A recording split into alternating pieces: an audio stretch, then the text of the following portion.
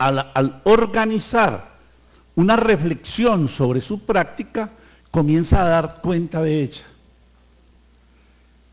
Entonces, ese segundo movimiento se pasa de simplemente una evaluación de práctica a la manera como esa práctica se hace novedad en la vida del maestro.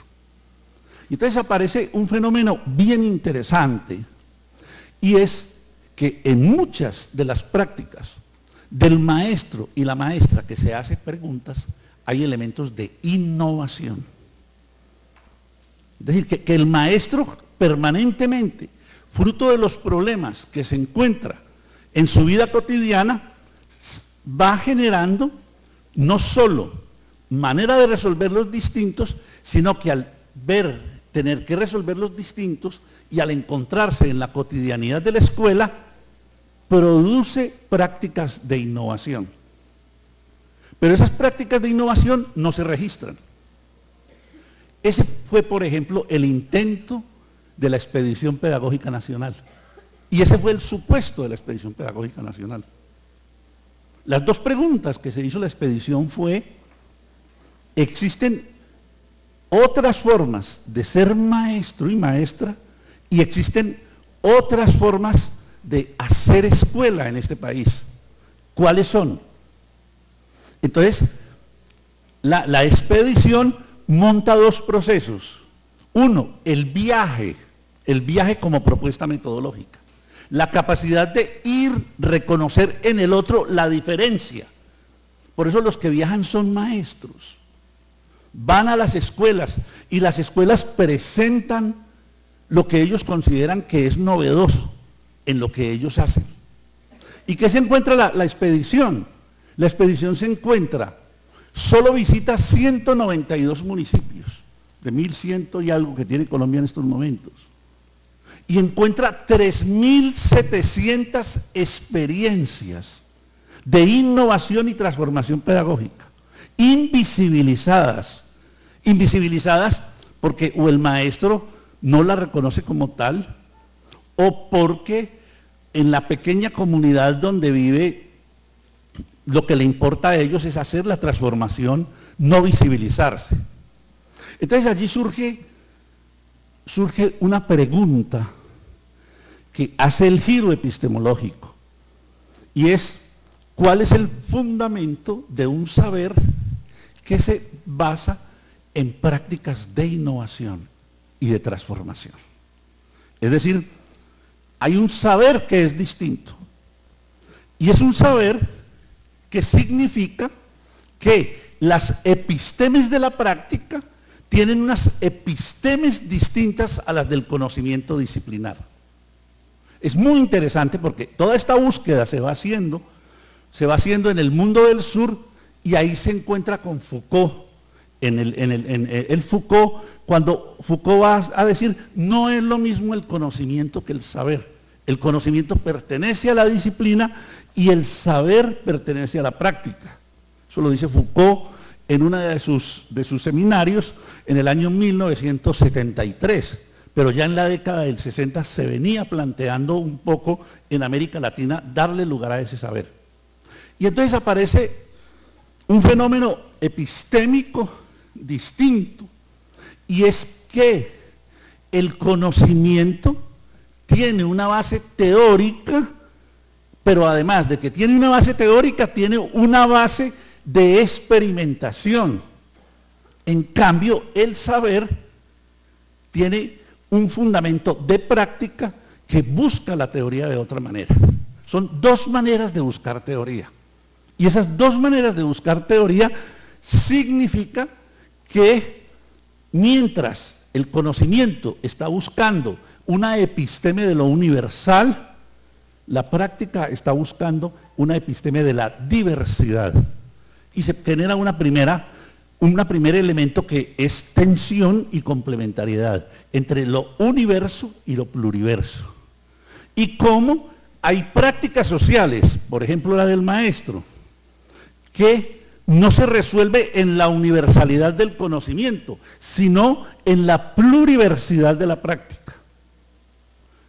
lo que no significa negar el conocimiento, sino un tipo de relación con el conocimiento que no es la del científico, que no es el conocimiento de quien está sentado en el ejercicio investigativo, sino que es un saber derivado de la práctica.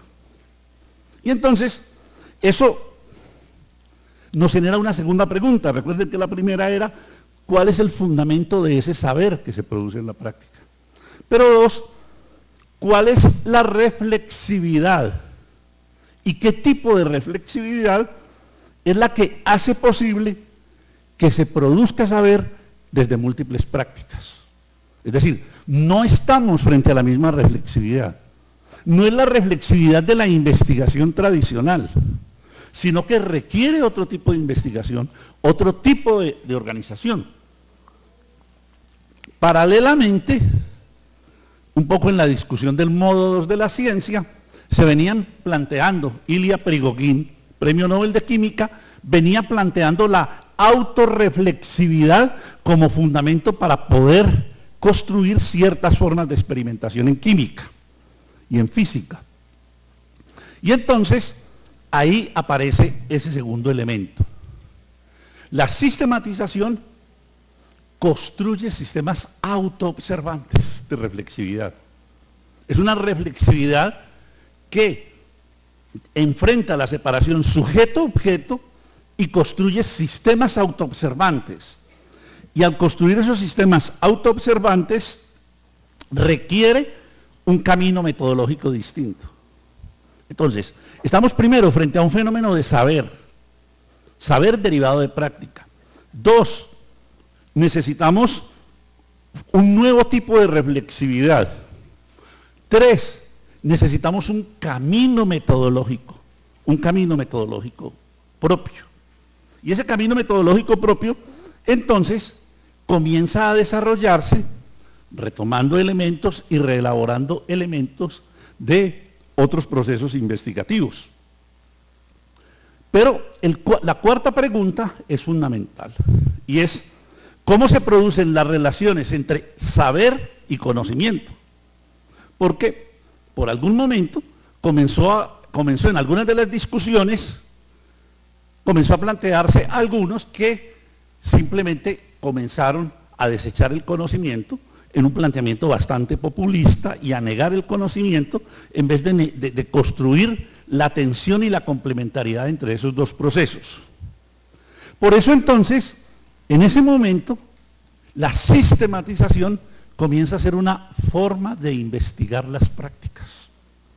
La investigación deja de ser un proceso simplemente para describir, para registrar, para organizar, y comienza a ser un tipo de investigación, y un tipo de investigación para lograr que los practicantes puedan producir saber sobre aquello que hacen en el día a día, convertir su práctica en reflexión, en un proceso de reflexión, pero una reflexión que es capaz de producir saber, pero que requiere un diseño metodológico propio y que requiere un posicionamiento del sujeto que hace eso con el conocimiento. Cómo está entendiendo el conocimiento, cómo lo articula en su práctica y cómo se da. Esto ha sido bien interesante, ¿no? Nosotros estamos ahora haciendo una endogenización de ondas en Bolivia y en Brasil. Y en el caso boliviano ha sido muy interesante, porque en el caso boliviano aparece la idea del buen vivir, que es como toda una propuesta de una integralidad. Arturo Escobar llama que ahí está la teoría del postdesarrollo en el buen vivir. A los interesados podemos enviarles algunos materiales de esos para darnos cuenta. Y ahí que nos hemos encontrado, que este asunto del saber es mucho más profundo. Porque en comunidades de fuertes grupos originarios, Bolivia tiene 36 nacionalidades pluriétnicas. Al comenzar a hacerse la investigación, lo que emergen son otro tipo de saberes y un tipo de saberes que fundamentan una práctica social que se relaciona de otra manera con la sociedad y que lleva a construir y a recuperar esa idea del buen vivir. Entonces digamos que acá la sistematización se convierte en una forma de investigar las prácticas. Y al ser una forma de investigar las prácticas, va a desarrollar unas características particulares de investigar. Al convertirse en una forma de investigación, va a generar unas dinámicas y unas dinámicas propias que nos va a plantear organizar el saber de otra manera. 3 minutos para otro ejercicio. Si tenemos, entonces, en este momento, tenemos todas y todos los que están en este seminario, tienen unas prácticas, y unas prácticas educativas. 2, tienen una reflexividad sobre ellas. 3, tienen una relación con el conocimiento. Vamos a hacernos la pregunta, ¿cómo sería posible que nos convirtiéramos en productores de saber, los maestros y las maestras? 3 minuticos. ¿Cómo sería posible que los maestros y las maestras nos convirtiéramos en productores de saber y conocimiento? Tomando las 2 preguntas anteriores y haciendo aquí una primera síntesis.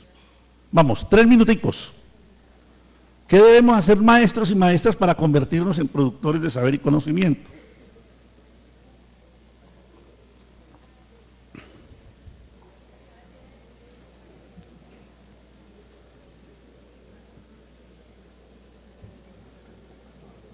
No, pero no hay problema. ¿Pero cuánto tiempo tengo que cerrar? Listo. Pero sí está.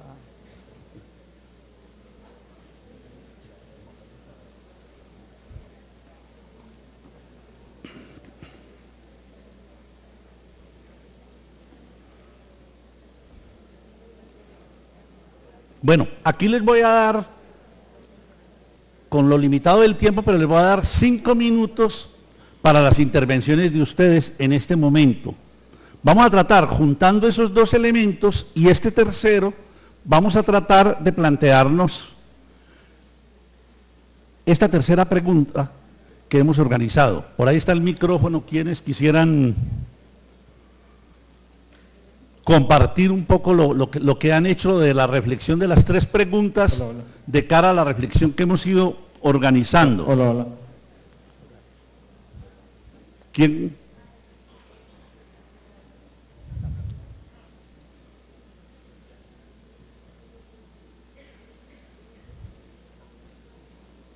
A ver, simplemente compartir lo que han conversado ahí. Están muy tímidos y tímidas. Hola, ¿qué pasa? ¿Y te presentas, por favor? Muy buenos días. Soy el docente Guillermo Mondragón del Liceo Departamental de la ciudad de Santiago de Cali. Entonces aquí con el compañero estamos compartiendo la referencia respecto a la primera pregunta. Son 3 aspectos que nosotros podemos considerar: la capacidad de asombro del maestro, la innovación y por supuesto que sea un maestro que le guste y ame la investigación. Eso es respecto a la primera pregunta. Entonces pasamos a la tercera. A la tercera. Esa la tenemos por acá, ¿no? Si me hace el favor, aquí tengo la 4ª.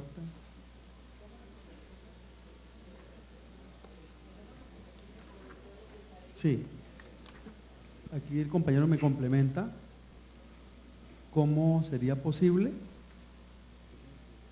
convertirnos en productores de saber y conocimiento? Entonces, ya el doctor Marco Raúl ha tocado aspectos acerca de la sistematización. El proceso de sistematización, incluso recordando aquí a un autor colombiano, el doctor Garcés, en estos proyectos de sistematización, los procesos, perdón,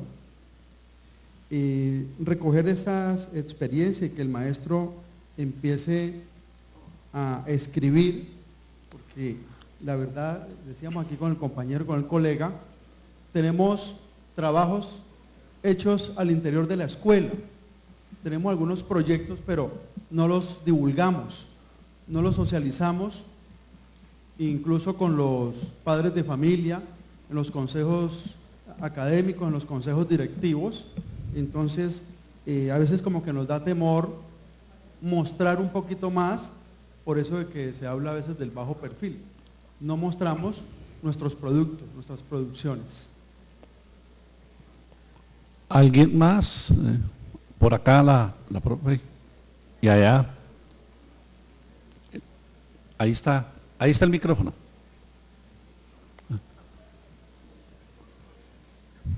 La profesora acá.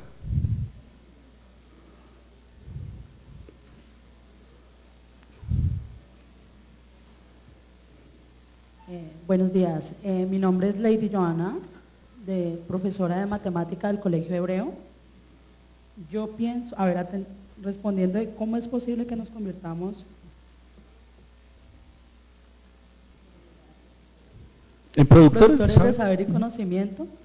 Yo pienso que debemos partir de la importancia de atender la diversidad de estudiantes que tenemos.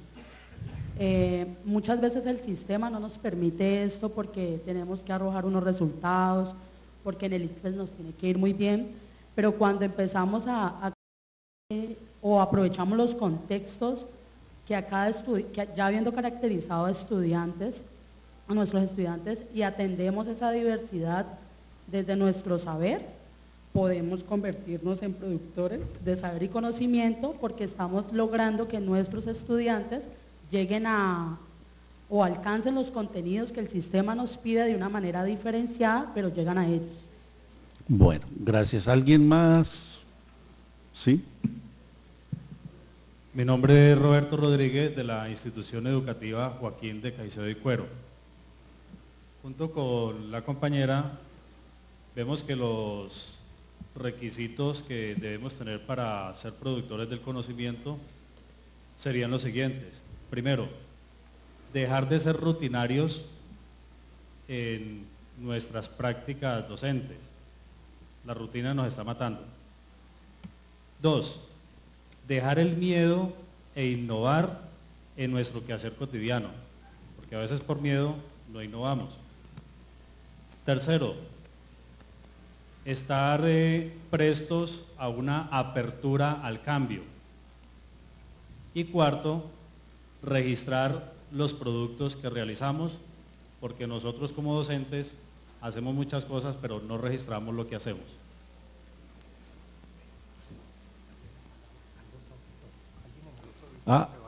Que en el otro auditorio hay alguien que quiere hacer una pregunta, pero enseguida tú. Allá. Gracias. Del otro auditorio. Soy Herminia Molina, la rectora de la institución educativa Silmira Bueno Orejuela.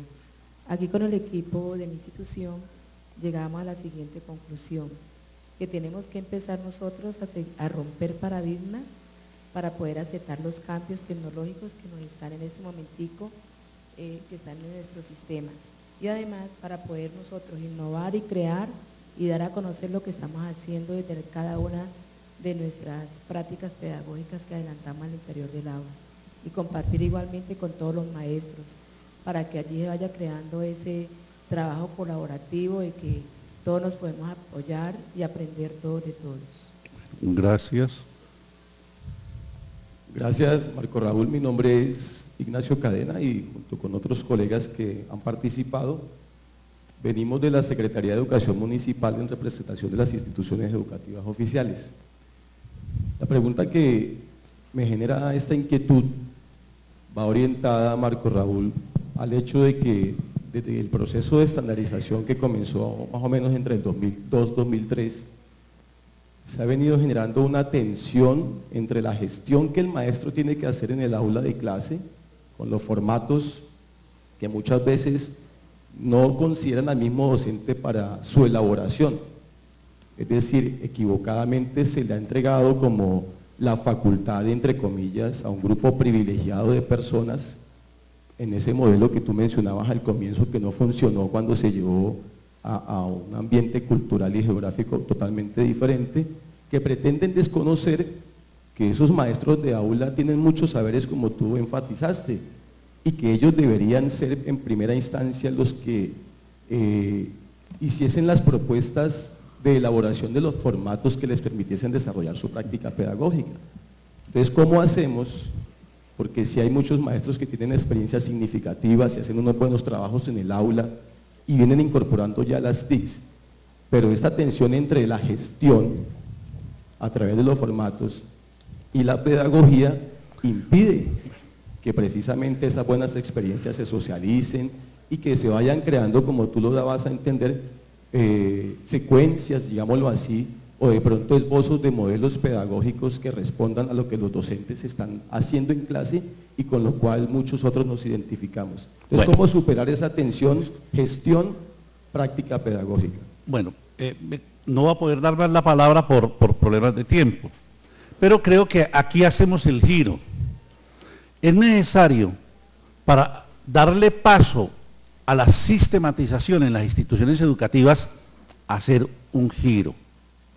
El primero es conformar comunidades de práctica, aprendizaje, saber, conocimiento y transformación. Es decir, es una comunidad que se piensa y que piensa la institución. Por eso es muy difícil que sea todo el mundo, pero es posible, con un buen liderazgo de un rector, con un buen liderazgo de 2 o 3 profesores, comenzar a generar esa comunidad. Pero segundo, es necesario que esa comunidad organice los dispositivos metodológicos para hacer esa producción de saber. Acá, por ejemplo, nosotros hoy en Ondas estamos conformando una comunidad virtual para hacer el proceso de sistematización, porque estamos pasando con un problema muy delicado en esa sistematización a través de tecnología. Es que la gente ha llegado al uso instrumental del aparato y no está construyendo ni cultura virtual ni está haciendo la reflexión del lenguaje digital. Es decir, el gran problema que tenemos hoy es que al lenguaje oral y al lenguaje escrito le llegó un tercer lenguaje, le llegó el lenguaje digital, y no estamos pensando la escuela desde el lenguaje digital, lo estamos pensando, y perdón la expresión, desde los cacharros y los aparatos, pero no estamos pensando realmente el lenguaje digital y la manera como reconfigura el acto educativo y las mediaciones y construye nuevos espacios. Porque el uso instrumental está matando el uso de la tecnología en las instituciones educativas. Es decir, entregar tabletas, entregar computadores, donde no hay una cultura de eso, terminamos simplemente con nuevas formas de alienación, porque no se trabaja ni el lenguaje digital, ni se construye la cultura y la realidad virtual que se generan en esos aparatos que no son solo imágenes. Pero es necesario organizar los dispositivos metodológicos. Yo, por ejemplo, en estos días discutía lo que FECODE ganó de esas horas. Si FECODE tuviera una perspectiva, y lo digo aquí públicamente porque es un debate que tengo con ellos,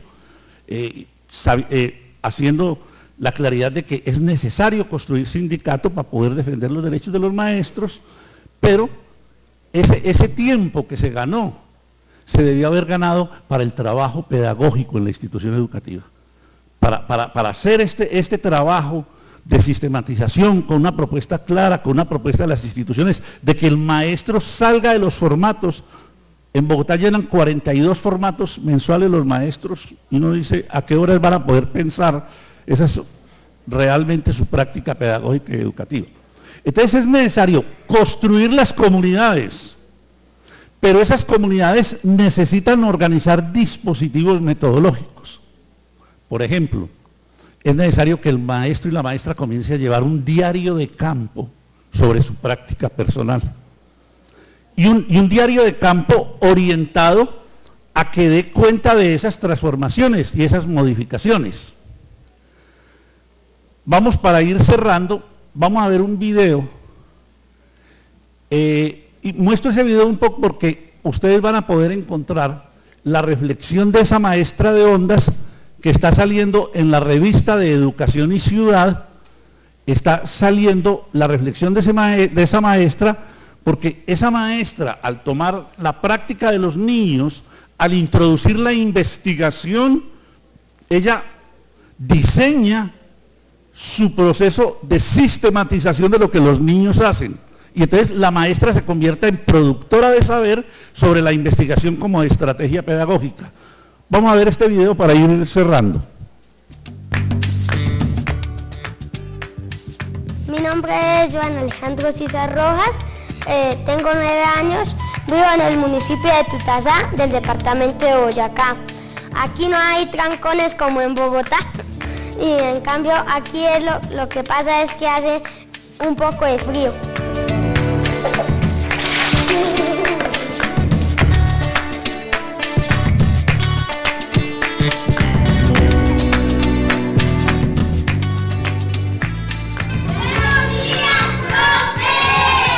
Buenos días, niños.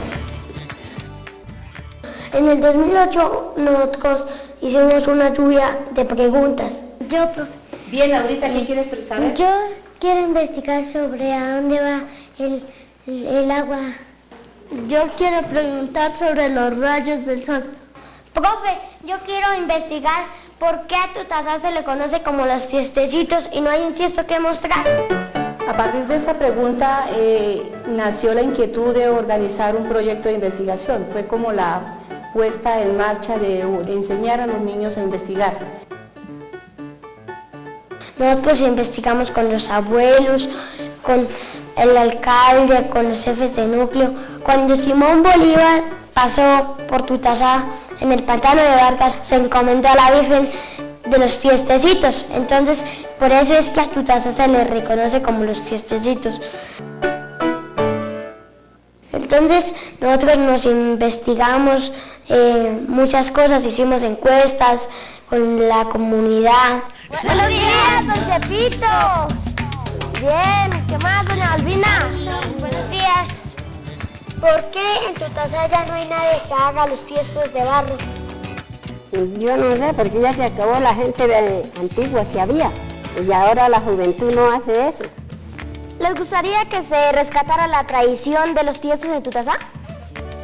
Dígame, la comida quedaba hasta más buena cocinada en una olla de barro, dígame. La comunidad dijo que quería hacer una asociación de artesanos.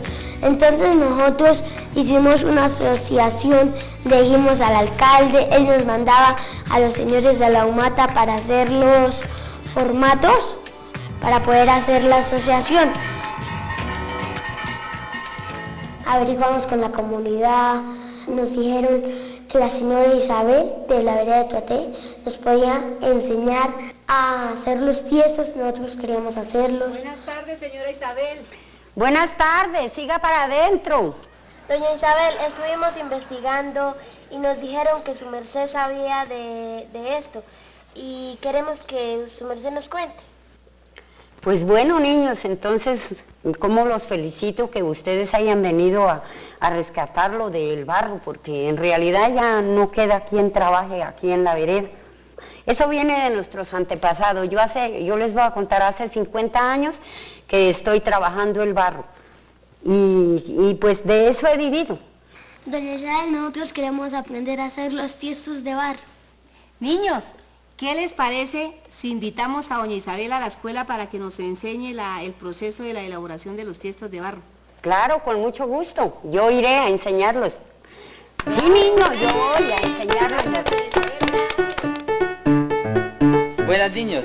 Buenas. ¿Cómo están? Bienvenidos, sigan, cuéntenme sobre su proyecto. Entonces nosotros nos regresamos a Tutazá y hablamos con el alcalde. Él nos la contrató y ella todos los martes venía aquí a enseñarnos cómo se hacían los tiestos. Entonces nosotros nos hicimos una pregunta: ¿de qué manera la elaboración de tiestos de barro contribuye con nuestro aprendizaje? En el área de tecnología podíamos ir a internet a buscar sobre los tiestos y el barro. Entonces, en el área de sociales aprendíamos más de nuestros indígenas, como en el área de español, lo podíamos hacer un cuento sobre los indígenas, sobre los tiestos de barro. Cuento de los tiestos de barro. Una vez una niña caminaba por el parque y de repente vio una jarra de barro y ella se preguntó, ¿cómo los harán? ¿Qué proceso se llevará ese trabajo? ¿Será muy complicado? No lo sé, pero iré a investigar. Una vez que llevé las vacas, miré que un barro en una lomita servía como para hacer los tiestos. Entonces le dije a la señora Isabel que si podíamos ir allá a mirar si el barro servía. Bueno, vamos a escoger el barro porque tiene mucha piedra. Tal vez ablandándolo ahorita, amasándolo, miramos a ver si sí sirve o no. Sí, este barro sirve. Todo el mundo se puso contento porque ya no lo teníamos que ir a traer de lo allá, sino que de aquí cerquitica a la escuela. Pues nosotros aprendimos cómo era el procedimiento del barro. Ella nos dijo que primero teníamos que ir, sacarlo de la mina, traerlo, pasarlo por un angeo, paremos ahí, aquí, por favor. o servidor, no, para que quedara como vamos a cerrar, a terminar. Esa harina se cogía y se hacía como una mezcla con agua. Después de no, eso, que lo terminemos. Son 3 minuticos lo que falta. Cerrémoslo. Se le rociaba agua y se dejaba por durante 5 días en una bolsa plástica. Pues ya teníamos la forma de hacer el tiesto. Con un horno a quemar porque, mejor dicho, ya no hay tanta contaminación, porque como lo hacían antes de nuestros indígenas, estaban acabando con la naturaleza que es tan bonita. Lo más importante en los barrios es que se hace mano, porque la gente queda impresionada. Uno dice que es a mano y queda impresionada, porque ese estilo que uno le da se nota. El sueño de los niños y mío es que el municipio de Tutasá esté totalmente su parque, sus casas llenas de estos tiestecitos de barro. Los papás nos ayudaron mucho porque nos daban ánimo y que recuperáramos esa cultura que ya la gente no quería.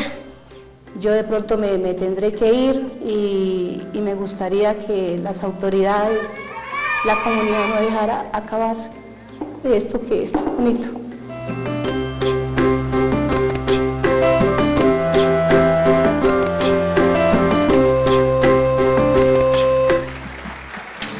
Estar en la UNED es aprender la importancia que tiene investigar. Bueno, estar en la UNED es como ven, conocer de tu casa y tu video propia es resultado de una identidad. Estar en la UNED es resolver, indagando y con sin los miedo a maestros que han estado divagar. trabajando la Estar propuesta. en la UNED es Este comprender Alejandro lo valioso que tiene acaba de ganar la negociar. Feria Latinoamericana en el Perú con su propuesta, pero si ustedes ven ya eso significa también una resignificación de la escuela, en el sentido de que el saber es incorporado en la escuela, en esa relación que hablará más de fondo en su intervención Armando, de la relación entre la pedagogía, lo académico y el conocimiento, cómo se produce.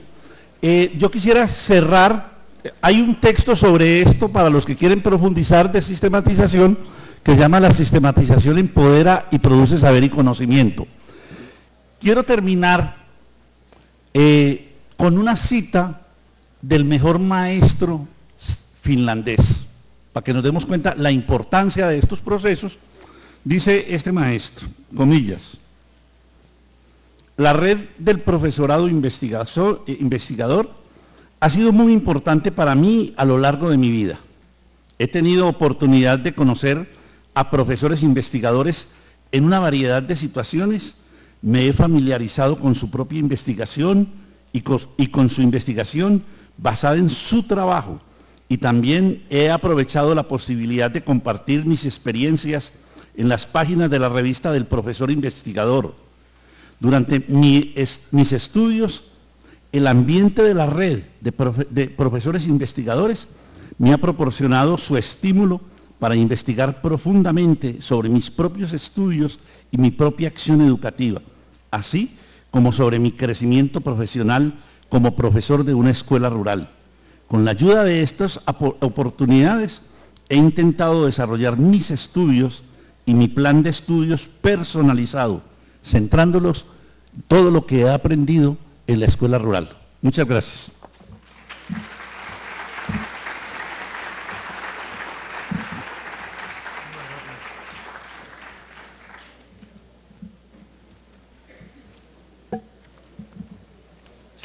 Muchísimas gracias.